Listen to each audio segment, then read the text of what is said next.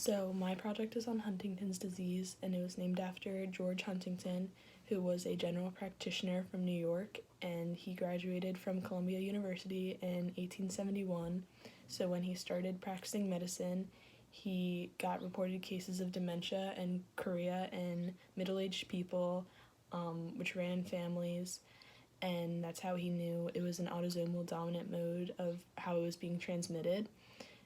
He also had a lot of the same cases from his father, because his father was also a doctor, so he had like a lot of research and a lot of evidence and cases of what was like then going to be called Huntington's disease.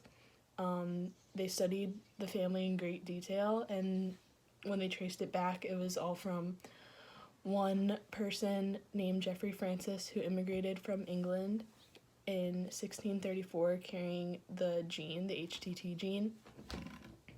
So I said Jeffrey Francis was from England, and he was the person with the defective gene, and he was passing it on to his family members.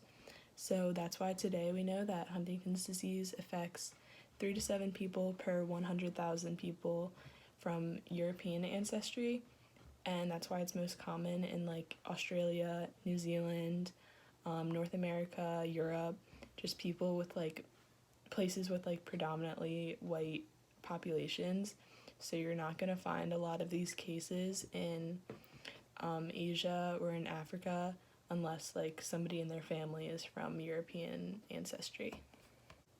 Huntington's disease is less common in Asia and Africa because their populations, studies have found that they have a higher number of A10 alleles, which are associated with a low number of CAG repetitions, and that's basically what Huntington's disease is. A normal CAG segment is repeated 10 to 30 times, but somebody with Huntington's disease has it 40 to 60 times repeated. The first symptoms of Huntington's disease are usually like difficulty concentrating, loss of memory, depression, and losing interest in things, and like losing kind of like your sense of personality. So in general, Huntington's disease is very rare, and it's definitely a fatal disease. It kills off all the healthy nerve cells in your brain, kind of just like Alzheimer's or dementia would, except usually people are like middle-aged when they get it, so they can be like 30 or 40 or 50. There's also a juvenile form of this, so symptoms can really start as early as 2, but that's less common. So like I mentioned before, a symptom is chorea, and that means involuntary jerking or like twitching of your arms and legs and like muscles. You can't do anything to control it, so that could also make you have really a hard time walking and talking and like swallowing your food and just doing normal things. It really has an effect on like your mental health and like your cognitive like functions.